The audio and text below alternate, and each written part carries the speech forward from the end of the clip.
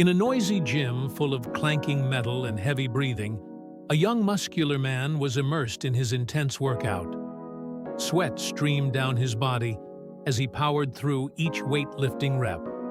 But in the middle of his focused routine, he began to feel an odd, tingling itch on his left bicep. At first, he dismissed it as muscle strain or a mild allergy, but the sensation quickly grew unbearable. Itchy, burning, almost stinging. He stopped, rolled up his sleeve, and was stunned to see clusters of tiny red bumps on his skin, swollen like blisters. Alarmed, he rushed to the nearby restroom, eyes wide with confusion as he stared into the mirror. Under the harsh lighting, the irritated area appeared worse. The bumps were spreading fast, forming raised patches, some already oozing.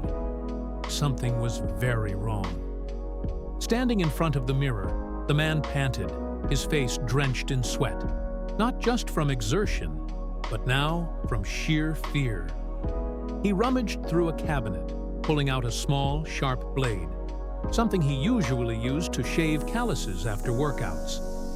Hands trembling, he lowered the blade onto the largest bump, gently pressed, then sliced. A dry slicing sound broke the silence, immediately followed by a thick yellowish fluid seeping out, accompanied by unsettling movement beneath the skin. His eyes widened in horror as dozens of pale maggots began squirming out of the open wound, alive, glistening. Each was about the length of a fingertip, soft-bodied, wriggling as if desperately trying to escape his flesh. The sounds became disturbingly clear. The slide of the blade, the drip of fluid, and the soft rustling of larvae crawling. Disgusted yet entranced, he didn't stop. Instead of panicking, the man seemed hypnotized. He methodically sliced into a few more swollen bumps, and each time, a mass of writhing white larvae poured out. As revolting as it was, a strange relief began to wash over him. The pain subsided, his muscles felt lighter, and the skin beneath the wounds became smooth, almost rejuvenated. His breathing slowed, slipping into a calm, meditative rhythm.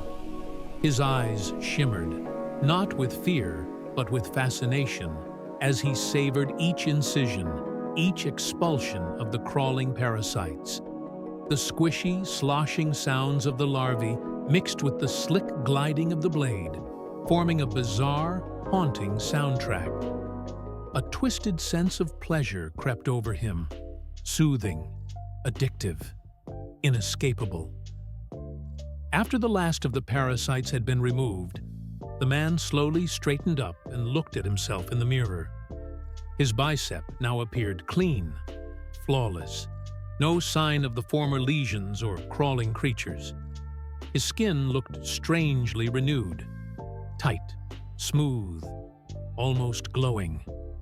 He let out a soft chuckle, a smile curling at the corners of his lips, though something about it seemed off. He washed his hands slowly, each droplet mixing with faint traces of blood in the sink. The room fell eerily silent. Then, the camera gradually zoomed out and panned behind his neck. A new red bump had begun to rise, small but unmistakable. It pulsed gently with each heartbeat, like a seed beginning to sprout. The screen faded to black as steady breathing echoed in the darkness. Text appeared. "This is not the end."